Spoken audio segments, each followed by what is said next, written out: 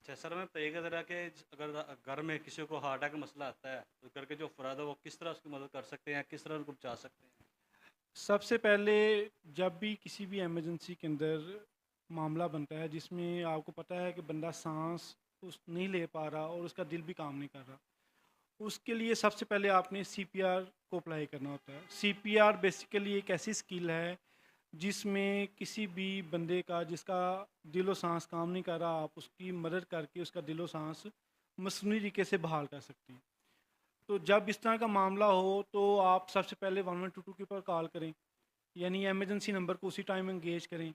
अपनी सेफ्टी को इंश्योर करते हुए पेशेंट के पास पहुँचें और पेशेंट का सबसे पहले आप रिस्पॉन्स लें। रिस्पॉन्स लेने के 3 तरीके हैं बेसिकली। सबसे पहले आपने वर्बली उसे पूछना है कि आपको क्या हुआ है, मैं आपकी मदद करने आया हूँ।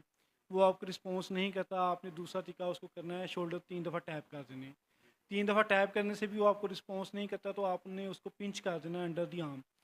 तीनों तरीक़ों से अगर वो आपको रिस्पॉन्स नहीं कर रहा तो फौरी तौर पे कॉल फॉर हेल्प के लिए आपने इंगेज कर देना है किसी भी बंदे को। उसके बाद आपने उसका एलएलएफ करना है, लुक लिसन फील करना है कि उसका सांस सीना ऊपर नीचे हो रहा है या नहीं हो रहा।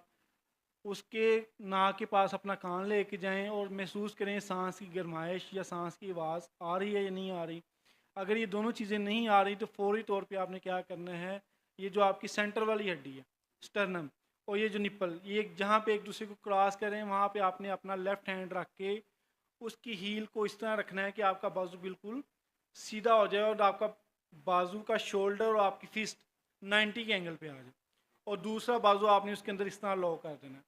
इस तरह लॉ करके आपने फौरी तौर पे वहाँ पे रखना है और पेशेंट को कंप्रेशन देने शुरू कर देने हैं।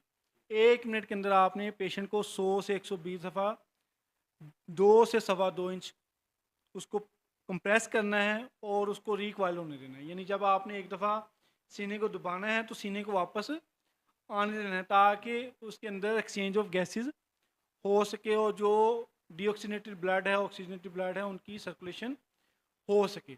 और ये अमल आपने तब तक करना है जब तक आपके पास सर्विसेज नहीं आ जाती हैं या आपका पेशेंट रिकवर नहीं हो जाता।